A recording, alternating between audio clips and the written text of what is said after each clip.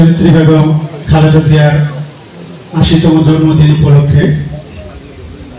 ঢাকা জেলা স্বেচ্ছাসেবক দল কর্তৃক আয়োজিত আজকের এই আলোচনা সভা দোয়া ও মিলাদ মাহফিলের সম্মানিত সভাপতি ঢাকা জেলা স্বেচ্ছাসেবক দলের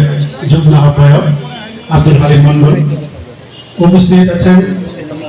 প্রধান অতিথি হিসাবে ঢাকা জেলা স্বেচ্ছাসেবক দলের বিপ্লবী সদস্য সচিব সাবেক ছাত্র নেতা আজকের অনুষ্ঠানের প্রধান অতিথি আসাদুজ্জামান মোহন।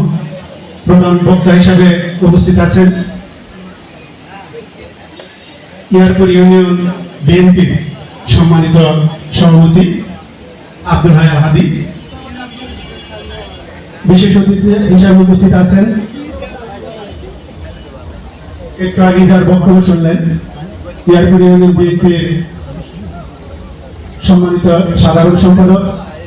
আজকের অনুষ্ঠানের বিশেষ অতিথি আলহাজ দেলাওয়ার হোসেন সরকার। বিশেষ অতিথি হিসেবে উপস্থিত আছেন ইয়ারপুর ইউনিয়ন বিএনপির সম্মানিত সিনিয়র সহসভাপতি আলহাজ ইসমাইল হোসেন মোল্লা। বিশেষ অতিথি হিসেবে উপস্থিত আছেন ইয়ারপুর ইউনিয়ন বিএনপির সহসভাপতি হামিদ পালোয়ান, জনাব নুর আলম সিদ্দিকী, সিনিয়র যুগ্ম সাধারণ সম্পাদক বন্ধুবর সহযোদ্ধা,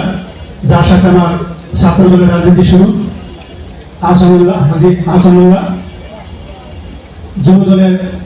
ইয়ারপুর ইউনিয়ন সাবেক সাধারণ সম্পাদক আমিনুল ইসলাম দুলাল, ঢাকা জেলা ছাত্র দলের সাবেক সহসভাপতি জাহিদ হাসান বিকাশ ও সঞ্চালনার দায়িত্ব পালন করছেন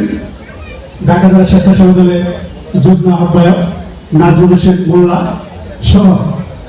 স্বেচ্ছাসেবক দল, ছাত্র দল, যুব দল, বিএনপি সহ অন্যান্য অঙ্গ সংগঠনের নেতৃবৃন্দ, আসসালামু আলাইকুম।